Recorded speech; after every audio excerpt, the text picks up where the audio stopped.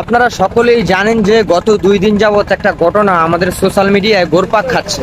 Junior Shakib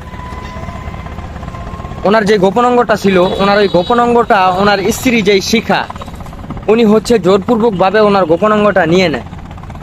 তো ভাই, একটা পুরুষ মানুষের যে মূল্যবান জিনিসটা, ওই মূল্যবান জিনিসটা যখন অন্য কেউ জোরপূর্বক নিয়ে নেয়, আমি আসলে বিষয়টা ওরকমভাবে খুলে বলতেছি না, কারণ অনলাইনের বিষয় তো, সোশ্যাল মিডিয়ার বিষয়, আর ফেসবুকে আসলে সব কিছু ওইরকমভাবে কীভাবে কী হয়েছে খুলে বলা যায় না। এইখানে হচ্ছে যে ফেসবুকে একটা ক্লেম দিয়ে ভিডিওটা রিমুভ করে দেয়, যার কারণে আমি ওইরকমভাবে বলতে পারতেছি না। তো এই জুনিয়র সাকিবের গোপন অঙ্গটা জোরপূর্বকভাবে আর কি ওনার স্ত্রী শিখা যে ছিলেন উনি নিয়ে নেয়।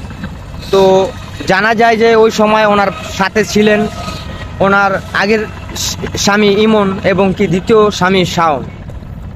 তো ওই এলাকার কর্তব্য